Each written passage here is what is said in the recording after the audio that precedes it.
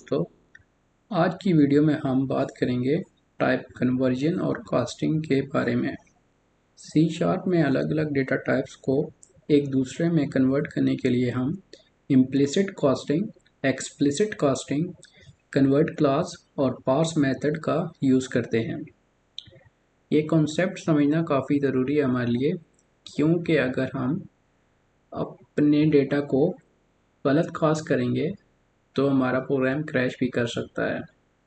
तो इस वीडियो में हम फ्लो डायग्राम की मदद से इस कॉन्सेप्ट को सिंप्लीफाई करेंगे और कोडिंग एग्जांपल की मदद से देखेंगे कि हम एक टाइप के वेरिएबल को दूसरे टाइप के वेरिएबल में इम्प्लिसिट, एक्सप्लिसिट, कन्वर्ट क्लास के थ्रू और पार्स मेथड को यूज़ करते हुए कैसे कन्वर्ट करते हैं। तो चलें स्टार्ट करते हैं। सबसे पहले हम देखते हैं इम्प्लिसिट कास्टिंग। इम्प्लिसिट कास्टिंग को हम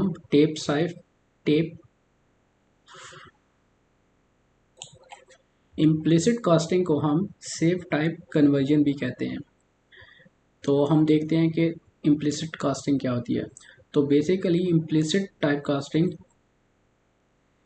में एक स्मॉलर डेटा टाइप को ऑटोमेटिकली एक लार्जर डेटा टाइप में कन्वर्ट किया जा सके बगैर किसी डेटा लॉस के, तो इसे हम इम्प्लिसिट कास्टिंग कहते हैं। ये सेफ कन्वर्जन होती है और कंपाइलर इससे ऑटोमेटिकली खुद हैंडल करता है। तो चलें हम इसको थोड़ी एक एग्जांपल के थ्रू समझने की कोशिश करते हैं। चलें इसे एक एग्जांपल के थ्रू देखते हैं। यहाँ पे हमारे पास एक इंटीजर टाइप का वेरिएबल है नम, जिसके अंदर हमने 10 स्टोर किया है। अब हमने एक डबल टाइप का वेरिएबल बनाया रिजल्ट, और जो हमारे पास इंटीजर टाइप का वेरिएबल था नम, उसकी वैल्यू हमने रिजल्ट को असाइन कर दी है।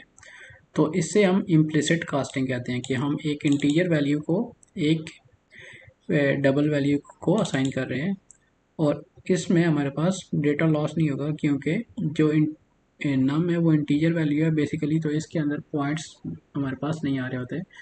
और जो डबल है वो बेसिकली हमारे पास ऐसी वैल्यू को रिप्रेजेंट करता है जिसके अंदर हमारे पास अगर फ्लोटिंग पॉइंट नंबर भी आ रहे हो। तो ये जो हमारे पास इंटीजर है ये इजीली कन्वर्ट हो जाएगा रिजल्ट में, और यहाँ पे हमारे पास कोई इंफॉर्मेशन लॉस नहीं होगी वाइल कन्वर्टिंग। तो जब हम रिजल्ट को यहाँ पे प्रिंट आउट करेंगे तो ये 10.00 करके हमारे पास प्रिंट आउट हो जाएगा।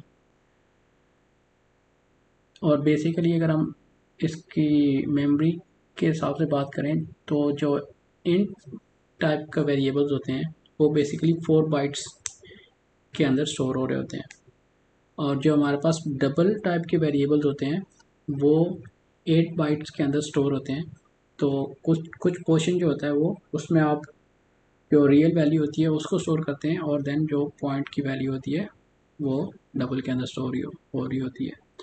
तो क्योंकि जो हमारे पास इंट वैल्यू थी वो 4 बाइट्स की मेमोरी में बेसिकली स्टोर होता है, और जो हमारे पास डबल है वो 8 बाइट्स में स्टोर होता है। तो जब हम इसको कन्वर्ट करेंगे इस वैल्यूज़ को, तो जो हमारे पास सारा डेटा है वो प्रॉपरली कन्वर्ट हो जाएगा। जो इसकी रियल वैल्यू है वो उसके रियल वैल्यू में कन्वर्ट हो जाएगी, और इसके अंदर क्योंकि इंट के अंदर कोई पॉइंट्स की वैल्यू तो नहीं होती, तो उसके आगे जो पॉइंट्स की वैल्यू होती है वो एज अ 0 करके आ जाएगी। तो बेसिकली जो हमारे पास इंटीजर टाइप के वेरिएबल्स होते हैं वो 4 byte mean 32 bits integer types के 32 बिट्स पे मेमोरी में स्टोर होते हैं, और इनके अंदर हम कोई भी इंटीजर वैल्यू स्टोर कर सकते हैं जो स्टार्ट होती है माइनस दिस वैल्यू से लेके और प्लस दिस नंबर तक। हम कोई भी इंटीजर वैल्यूज हम इंटीजर वेरिएबल के अंदर स्टोर कर सकते हैं। और क्योंकि जो हमारा फ्लोट टाइप का वेरिएबल होता है वो 8 बाइट लेता है मेमोरी में, that mean it has 64 bits. तो उसमें जो हमारे पास कुछ पार्ट में होता है बेसिकली, उसमें हमारे पास रियल नंबर मीन के जो पॉइंट के बगैर की वैल्यू होती है वो सेव हो रही होती है, और देन कुछ बाइट्स में हमारे पास उसकी जो पॉइंट्स के बाद की वैल्यू होती है वो स्टोर हो रही होती है। तो जब हम इंटीजर वैल्यू को फ्लोट में कन्वर्ट करते हैं तो ये जो इंटीजर वैल्यू होती है ये उसके फ्लोटिंग पॉइंट से पहले वाली जगह पे प्लेस हो जाती है, और क्योंकि इसके साथ पॉइंट्स के बाद कोई वैल्यू नहीं है तो उस जो हमारा फ्लोटिंग पॉइंट नंबर यहाँ पे रिजल्ट में सेव होगा उसमें आएगा 10.0। तो फ्लोटिंग पॉइंट के बाद की वैल्यू ऑटोमेटिकली 00 एज 00 स्टोर हो जाती है।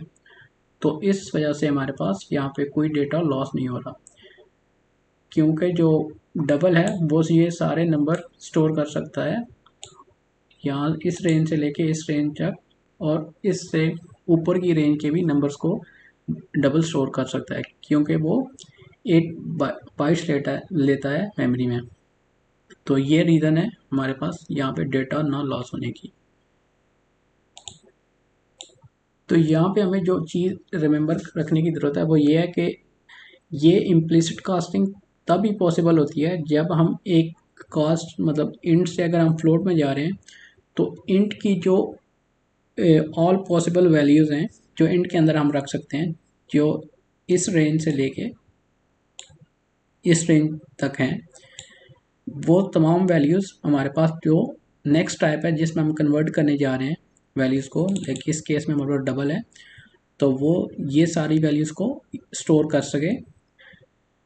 तो उसी टाइप में हमारे पास ये इम्प्लिसिट कास्टिंग पॉसिबल होती है और हमारे पास डेटा भी कोई लॉस नहीं होता, और इसे कंपाइलर जो है वो ऑटोमेटिकली हैंडल करता है और वैल्यूज़ को ईजिली कन्वर्ट कर देता है। और यहाँ पे कोई भी फॉर एग्जांपल यहाँ पे वो किसी भी नंबर को राउंड ऑफ नहीं कर रहा होता या कोई भी वैल्यूज़ को ट्रंकेट नहीं कर रहा होता या फिर डेटा के अंदर कोई मैनिपुलेशन नहीं कर रहा होता, तो वो प्रॉपरली कन्वर्ट कर पाता है कंपाइलर खुद से ही इंटीजर वाली वैल्यूज़ को फ्लोट में या डबल में। तो इससे हम इम्प्लिसिट कास्टिंग कहते हैं C#। ओके, सो अब हमने देख लिया है कि इम्प्लिसिट कास्टिंग क्या होती है C# में।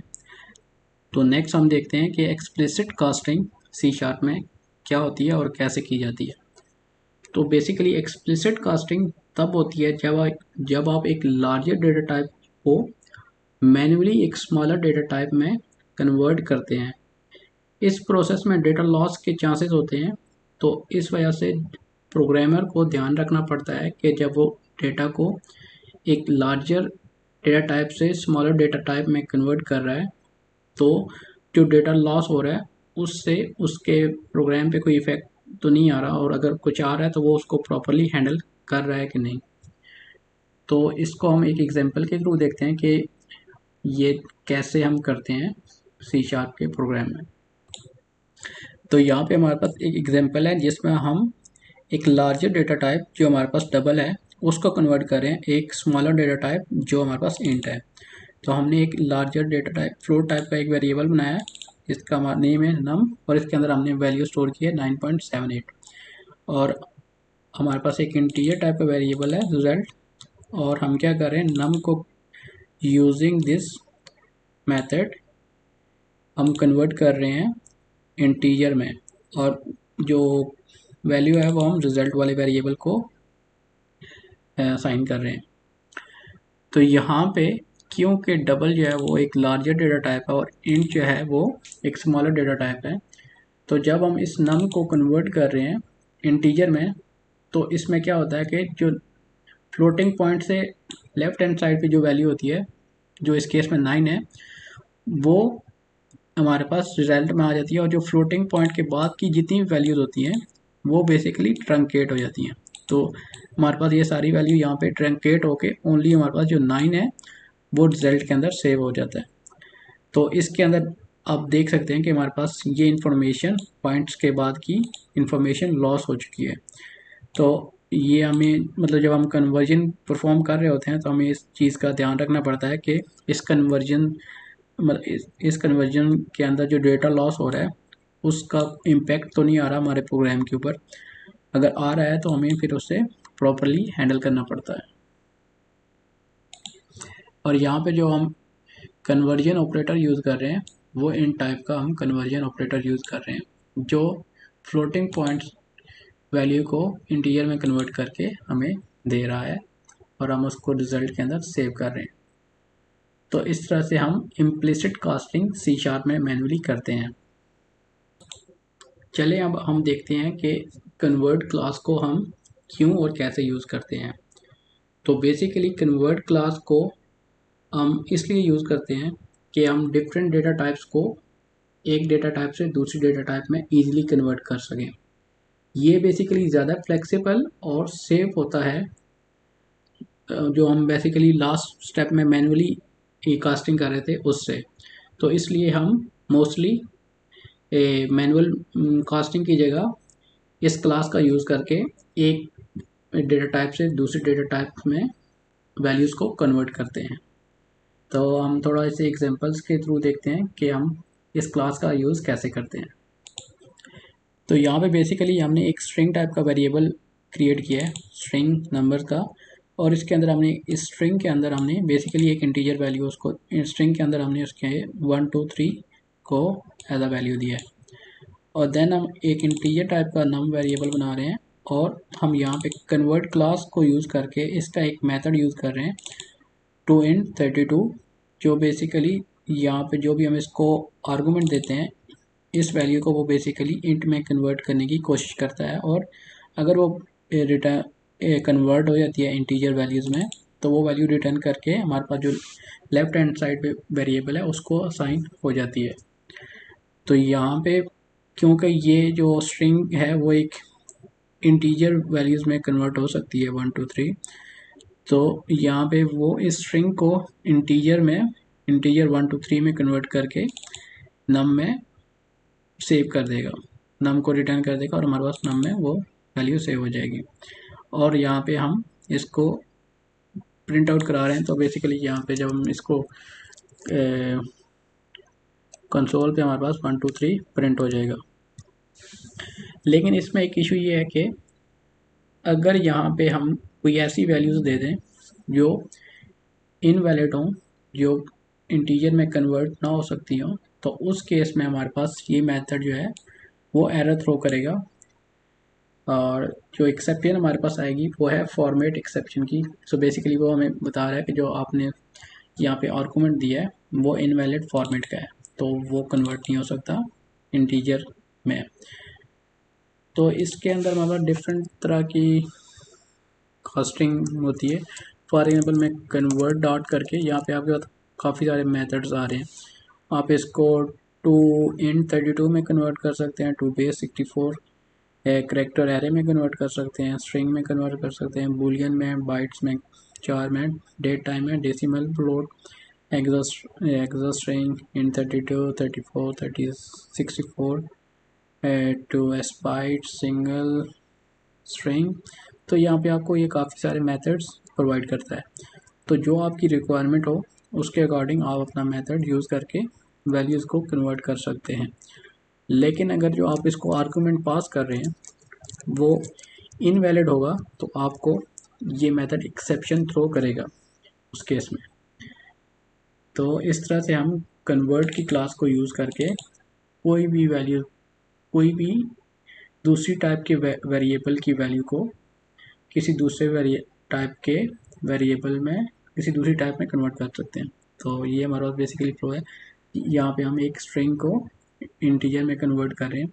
अगर हमारे पास यहाँ पे जो स्ट्रिंग हम पास कर रहे हैं ये प्रॉपर इसमें कोई इंटीजर वैल्यू होगी तो ये कन्वर्ट होके यहाँ पे रिटर्न होगा, और जो हमारे पास लेफ्ट हैंड साइड पे नम का वेरिएबल है इसको असाइन हो जाएगा। अगर यहाँ पे जो हम आर्गूमेंट इसको दे रहे हैं स्ट्रिंग नंबर का, इसके अंदर अगर कोई इनवैलिड स्ट्रिंग होगी, जैसा कि यहाँ पे अभी ये वाली स्ट्रिंग है, तो इस केस में क्योंकि वो कन्वर्ट नहीं कर पाएगा इसको नंबर में, तो वो एरर थ्रो कर देगा इस लाइन पे। इस लाइन पे बेसिकली हमारे पास एरर आ जाएगा कि जो आपने इसको यहाँ पे स्ट्रिंग दी है वो इनवैलिड फॉर्मेट की स्ट्रिंग है। तो फॉर्मेट एक्सेप्शन हमें यहाँ पे मिलेगी। इसको हम एक बार रन करके भी देख लेते हैं कि हमारे पास क्या आउटपुट आती है। अभी हमारे पास एक वैलिड इंटीजर वैल्यू है यहाँ पे स्ट्रिंग में, तो इसको जब हम रन करेंगे तो ये प्रॉपरली रन होके उसने स्ट्रिंग को इंटीजर में कन्वर्ट कर दिया। और फॉर एग्जांपल मैं यहाँ पे कुछ इनवैलिड इंटीजर वैल्यूज में डाल देता हूँ, कोई ऐसी स्ट्रिंग डालता हूँ जो वैलिड इंटीजर वैल्यू नहीं है, तो यहाँ पे मेरे पास एक्सेप्शन आ रही है यहाँ पे, the string was not in correct format. तो बेसिकली हमारे पास यहाँ पे लाइन नंबर 7 पे, जो हमारे पास लाइन नंबर 7 है वो यही है जहाँ पे हम कन्वर्ट कर रहे हैं, तो वहाँ पे हमारे पास ये एक्सेप्शन आ रही है प्रोग्राम के अंदर। तो इस तरह से वो आपको एक्सेप्शन थ्रो कर देगा। ओके, सो नेक्स्ट हम देखते हैं कि पार्स मेथड क्या होता है। तो पार्स मेथड भी बेसिकली स्ट्रिंग को न्यूमेरिक डेटा टाइप में कन्वर्ट करने के लिए यूज़ होता है। ये भी ऑलमोस्ट सेम ही तरह से सिमिलर काम करता है जैसे हमारे पास लास्ट स्टेप में हमने देखा था कन्वर्ट क्लास काम करती है, लेकिन सिर्फ स्ट्रिंग्स के लिए स्पेसिफिक होता है। तो बेसिकली ये सिर्फ स्ट्रिंग्स को ही कन्वर्ट करता है इंट में या किसी और न्यूमेरिक डेटा टाइप्स में। तो चलिए हम इसको एक एग्जांपल के थ्रू समझ लेते हैं कि ये कैसे काम करता है। तो यहाँ पे हमारे पास एक एग्जांपल है जिसमें हम पार्स को यूज़ कर रहे हैं। तो हमने एक स्ट्रिंग क्रिएट की है str नंबर की, और इसके अंदर हमने इसको एक वैल्यू असाइन की है जिसमें हम एज अ स्ट्रिंग 456 इसको असाइन कर रहे हैं।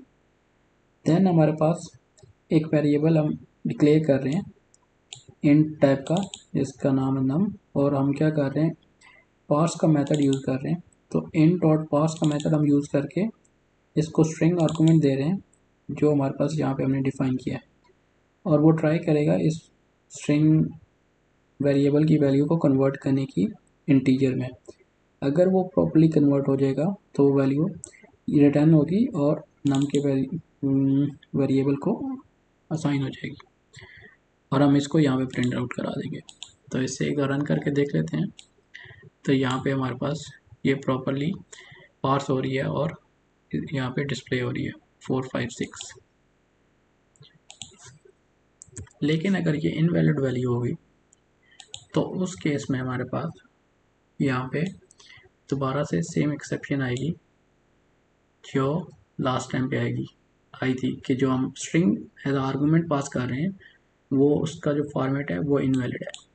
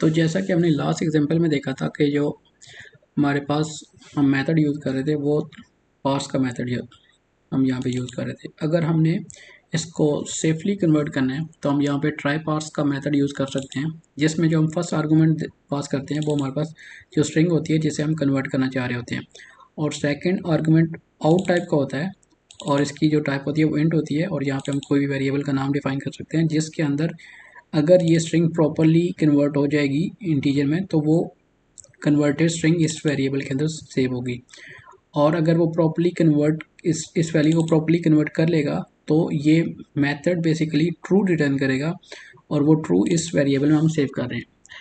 और अगर इन केस ये वैल्यू जो थी वो इनवैलिड हमारे पास, अगर स्ट्रिंग हम इसको पास करते हैं जिसको वो इंटीजर में कास्ट नहीं कर पाता, तो वो यहाँ पे हमारे पास बेसिकली ज़ीरो या नल सेव होगा, यहाँ पे कुछ नहीं होगा, और यहाँ पे ये जो रिटर्न करेगा वो फॉल्स रिटर्न करेगा।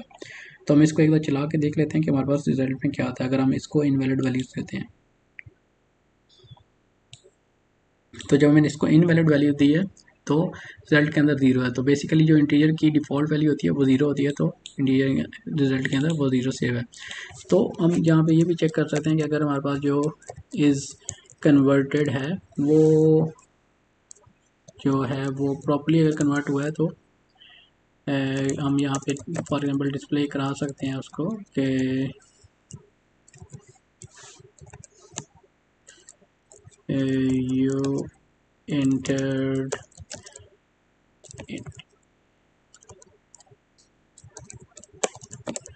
नंबर, और अगर वो कन्वर्ट नहीं कर पाता तो दैट मीन के वो इनवैलिड वैल्यू थी। The value you enter is invalid, you enter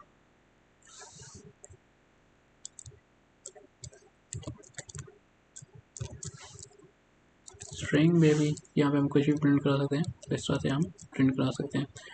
तो अब ये हम देख लेते हैं कि अगर वो कन्वर्ट क्यों के नहीं कर पा रहा तो हमारे पास यू एंटर स्ट्रिंग आएगा। तो हमारे पास यहाँ पे यू एंटर स्ट्रिंग करके टेक्स्ट डिस्प्ले आ रहा है, क्योंकि वो ये वाली जो यहाँ पे वो यहाँ पे फॉल्स रिटर्न कर रहा है, तो इस वजह से हमारे पास यहाँ पे फॉल्स आ रहा है। तो ऐसे में हम जा रहे हैं और यू एंटर स्ट्रिंग करके हमारे पास टेक्स्ट डिस्प्ले हो रहा है स्क्रीन पे। तो यहाँ पे हम एक चीज़ को देख लेते हैं कि जो हमारे पास कन्वर्ट वाली क्लास होती है, अगर हम उसको नल वैल्यू पास करें तो वो उसे प्रॉपरली हैंडल कर सकती है। और अगर हम उसको नल वैल्यू यहाँ पे, जैसे हम नल स्ट्रिंग का वेरिएबल में को नल असाइन करके यहाँ पे एज आर्गुमेंट पास कर रहे हैं, तो अगर हम इसको नल वैल्यू पास करेंगे तो ये हमें ज़ीरो रिटर्न कर देगा, तो रिजल्ट में हमारे पास ज़ीरो आ जाएगा। लेकिन जो इंट और पार्स की क्लास, पार्स का मेथड है, ये नल वैल्यूज को हैंडल नहीं कर सकता।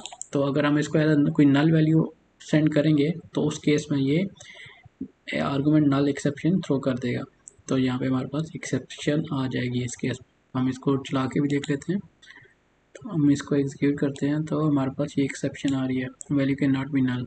ओके, और ये लाइन नंबर 8 पे आ रही है, और लाइन नंबर 8 जो है हमारे पास सेम वही लाइन है जहाँ पे हम पार्स का मेथड यूज़ कर रहे हैं। तो ये चीज़ है कि अगर आप नल वैल्यू पार्स पार्स को सेंड करेंगे तो आपको एक्सेप्शन मिलेगी। ओके, सो नेक्स्ट हम देखते हैं कि टाइप सेफ्टी और एरर इन कन्वर्जन क्या चीज़ है। तो अगर हम टाइप सेफ्टी की बात करते हैं तो टाइप सेफ्टी से हमारा मतलब ये है कि जब भी हम कन्वर्जन परफॉर्म कर रहे हैं तो वो प्रॉपरली कन्वर्ट हो जाए एक टाइप से दूसरी टाइप में, और हमारे पास डेटा लॉस ना हो, और ना ही हमारे पास एक्सेप्शन आए। अगर हम रॉन्ग डेटा टाइप का की कन्वर्जन करने की कोशिश करें तो एरर आ सकता है, जैसा कि अभी हमने लास्ट में देखा है कि अगर हम उसको इनवैलिड स्ट्रिंग देते हैं तो हमारे पास ट्राई पार्स में या कन्वर्ट करते हुए, कन्वर्ट की क्लास यूज़ करते हुए हमारे पास एरर आ सकता है। तो इसका सलूशन क्या है, हमें एक्सेप्शन हैंडलिंग करनी पड़ेगी इस केस में, कि जब भी हमारे पास कोई एरर आता है तो हम उसको हैंडल कैसे करेंगे। तो इसको हम थोड़ा सा देख लेते हैं। तो सी शार्प में हम बेसिकली एक्सेप्शन हैंडलिंग को यूज़ करके हम इन एरर्स को हैंडल कर सकते हैं, और सी शार्प हमें एक्सेप्शन हैंडलिंग के लिए बेसिकली ट्राई कैच की फंक्शनैलिटी प्रोवाइड करता है। जैसे अभी हम कोड में जाके देखते हैं कि हम इसको कैसे अपने कोड में अप्लाई करके एरर की हैंडलिंग कर सकते हैं। तो चलें स्टार्ट करते हैं। तो चलें फॉर एग्जांपल मैं यहाँ पे एक स्ट्रिंग वेरिएबल डिफाइन करता हूँ, इन इसको मैं इनवैलिड बोल देता हूँ, वैलिड str, और यहाँ पे मैं इसके अंदर abc असाइन कर देता हूँ। देन हम इसको क्या करते हैं कि इंट में कन्वर्ट करने की कोशिश करते हैं, और int डॉट पार्स का मेथड यूज़ करके इसे कन्वर्ट करते हैं। तो अब यहाँ पे हमारे पास क्या हो रहा है कि हम इसको इनवैलिड स्ट्रिंग पास कर रहे हैं आर्गुमेंट में, तो हमें यहाँ पे एरर आ रहा है और जिसकी वजह से हमारा जो प्रोग्राम है वो क्रैश कर जाता है। ओके, तो हमारे पास ये एरर आ रहा है कि जो करेक्ट फॉर्मेट, जो आपकी इनपुट है बेसिकली आर्गुमेंट, वो इनकरेक्ट फॉर्मेट में है। तो इसके लिए आप ट्राई कैच का यूज़ कर सकते हैं। तो फॉर एग्जांपल मुझे इस लाइन ऑफ कोड के ऊपर ट्राई कैच लगाना है, या आपके पास मल्टीपल लाइन ऑफ कोड है जिसके ऊपर आपने कोई चीज़ अप्लाई करनी है, तो आप इसको सिलेक्ट करेंगे और आप प्रेस करेंगे कंट्रोल के एस आप प्रेस करेंगे, तो यहाँ पे आपके पास ये विंडोज़ ओपन हो जाएगी। यहाँ पे आप ट्राई लिखेंगे तो आपके पास ये ट्राई की ऑप्शन सेलेक्ट हो चुकी है। अब मैं ये इंटर प्रेस करना है, तो उसने ऑटोमेटिकली जो मैंने कोड सेलेक्ट किया था उससे कोड को ट्राई के अंदर ऐड करके ये दे दिया है, और कैच का उसने ब्लॉक क्रिएट किया है। और यहाँ पे उसने एक्सेप्शंस, बेसिकली एक्सेप्शन जो है वो पेरेंट क्लास होती है, इसके अंदर हमारे पास और चाइल्ड क्लासेस होती हैं जो स्पेसिफिक एक्सेप्शंस को आइडेंटिफाई करने के लिए यूज़ होती हैं। तो इस केस में हमारे पास जो एक्सेप्शन आ रही है वो है फॉर्मेट एक्सेप्शन, तो हम डायरेक्टली उस एक्सेप्शन को भी कैच कर सकते हैं और यहाँ पे हम फिर कुछ प्रिंट आउट करा सकते हैं। फॉर एग्जांपल अगर हमने कुछ प्रिंट आउट कराना है तो यहाँ पे हम वो चीज़ प्रिंट आउट करा सकते हैं कि इनवैलिड फॉर्मेट फॉर कन्वर्जन का मैसेज यूज़र के लिए। और अगर हमारे पास जो कन्वर्जन है वो सक्सेसफुल हो जाती है तो हम जो है यहाँ पे उस नंबर को प्रिंट करा देंगे, साथ में पास्ट इंटीजर की जो वैल्यू है उसे प्रिंट करा देंगे इस तरह से। तो यहाँ पे हमने प्रॉपर्ली एक्सेप्शन हैंडलिंग कर ली है ट्राई कैच के थ्रू। तो अब अगर हम यहाँ पे इसको इनवैलिड स्ट्रिंग देंगे तो यहाँ पे ट्राई पास करने की कोशिश करेगा, इसको एक्सेप्शन आएगी तो वो यहाँ से ब्रेक करके कैच के ब्लॉक में आ जाएगा और यहाँ पे आएगा। तो यहाँ पे हमने इसको हैंडल किया हुआ है और हमने यहाँ पे यूज़र को एक मैसेज दिखा दिया है कि जो आपने कन्वर्जन के लिए स्ट्रिंग पास किया है वो इनवैलिड है। तो हम इसको रन करके देख लेते हैं। तो यहाँ पे मैंने प्रोग्राम को रन किया और हमारे पास जो कैच के अंदर हमने मैसेज दिया हुआ था इनवैलिड फॉर्मेट फॉर कन्वर्जन, वो मेथड यहाँ पे प्रिंट आउट हो चुका है यूज़र के लिए। और अगर हम इसको वैलिड इनपुट देते हैं 1 2 3 4 5 और इसके साथ रन करते हैं तो वो प्रॉपरली एग्जीक्यूट होगा और कन्वर्ट करके वैल्यू को यूज़र के लिए डिस्प्ले कर देगा। Parse integer is 1 2 3 4 5। तो इस तरह से हम C# में एरर हैंडलिंग भी कर सकते हैं जब हम टाइप कन्वर्जन और कास्टिंग कर रहे होते हैं। तो इस वीडियोस में हमने बेसिकली इम्प्लिसिट कास्टिंग, जो कि ऑटोमेटिकली C# का कंपाइलर खुद से करता है, स्मॉलर डेटा टाइप्स को लार्जर डेटा टाइप में कन्वर्ट करते हुए, जिसमें हमारे पास कोई रिस्क नहीं होता और कोई डेटा लॉस भी नहीं होता। जैसा कि हमने देखा था कि अगर फॉर एग्जांपल हम वैल्यूज़ को इंटीजर से फ्लोट में कन्वर्ट कर रहे होते हैं तो वो कंपाइलर खुद से हैंडल कर सकता है। उसके बाद हमने एक्सप्लिसिट कास्टिंग देखी थी, जिसके लिए हमें मैनुअली टाइप बतानी पड़ती है, टाइप का ऑपरेटर के। फॉर एग्जांपल हम अगर उसको इंट में कास्ट करना चाह रहे हैं तो हम वो ब्रैकेट्स में इंट मेंशन करते हैं कि हम जो राइट साइड पे वैल्यू है उसको इंट में कास्ट करके लेफ्ट साइड वाले वेरिएबल को असाइन करना चाह रहे हैं।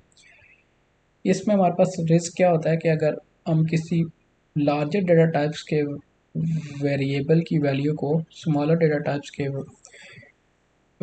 वेरिएबल में सेव करने जा रहे हैं तो डेटा लॉस हो सकता है। जैसा कि हमने देखा था कि जब हम फ्लोट वैल्यूज़ को इंटीजर में कन्वर्ट कर रहे थे तो पॉइंट के बाद की वैल्यू हमारे से लॉस हो रही थी, उसको हम रिटेन नहीं कर पा रहे थे। उसके बाद हमने देखा था कि C# में कन्वर्ट क्लास को कैसे यूज़ करते हैं। तो बेसिकली जो कन्वर्ट क्लास है वो जनरल पर्पस जो हमारा कन्वर्जन है उसके लिए यूज़ होती है। और ये हमारे पास जो नॉर्मली हम इसको यूज़ कर रहे होते हैं, अगर int to float, float to int, या इस तरह की जब भी हमने कन्वर्जन करनी होती है उसके के लिए हम इसको यूज़ करते हैं। और एक और जो चीज़ हमने बाद में देखी थी वो ये थी कि ये अगर हम इसको नल वैल्यू पास करें तो ये उसको हैंडल कर सकती है और उस केस में हमें ज़ीरो रिटर्न करती है। और फिर हमने देखा था कि हम इंट कन्वर्ट डॉट इंट का मेथड इंट टू इंट 32 करके उसको कोई भी स्ट्रिंग दे के और उस स्ट्रिंग को इंटीजर में कन्वर्ट कर सकते हैं अगर वो वैलिड इंटीजर स्ट्रिंग हो तो। उसके बाद हमने देखा था कि पार्स के मेथड को यूज़ करके हम सेम फंक्शनैलिटी अचीव कर सकते हैं जो हमने ऑलमोस्ट कन्वर्ट क्लास को यूज़ करते हुए की थी। और जो पार्स का मेथड है वो स्पेसिफिक टू स्ट्रिंग होता है, मीन कि वो आर्गूमेंट एज अ स्ट्रिंग लेता है और उससे किसी स्पेसिफिक न्यूमेरिक डेटा टाइप में कन्वर्ट करता है। वो न्यूमेरिक डेटा टाइप इंटीजर हो सकती है, फ्लोट हो सकती है, आई थिंक समथिंग एल्स। तो इस तरह की कोई भी डेटा टाइप हो सकती है। अगर हम फ्लोट डॉट पार्स तो यस, तो आप फ्लोट के साथ भी यूज़ कर सकते हैं, डबल के साथ भी। तो जो सारी न्यूमेरिक डेटा टाइप्स हैं उनके साथ हम इसको यूज़ कर सकते हैं। और आर्गूमेंट में हमने इसको स्ट्रिंग पास करना होता है और ये रिटर्न क्या करता है, जिस टाइप में हम इसको कास्ट करना चाह रहे होते हैं। फॉर एग्जांपल हम इसको इंटीजर में कास्ट करना चाह रहे हैं यहाँ पे, तो इंटीजर रिटर्न करने करेगा अगर वो वैलिड स्ट्रिंग हम यहाँ पे इसको पास करेंगे तो। और दूसरा ये था कि अगर हम इसको नल वैल्यू हम इसको पास करेंगे स्ट्रिंग में तो उस केस में ये हमें नल एक्सेप्शन थ्रो करेगा, तो ये नल को हैंडल नहीं कर सकता। तो ये चीज़ें थी जो हमने इस वीडियो में कवर की थी। होपफुली आपको ये चीज़ें काफ़ी क्लियर हो गई होंगी। तो इस वीडियो में इतना ही, नेक्स्ट वीडियो में मिलते हैं किसी और टॉपिक के साथ। तब तक के लिए अल्लाह हाफिज़।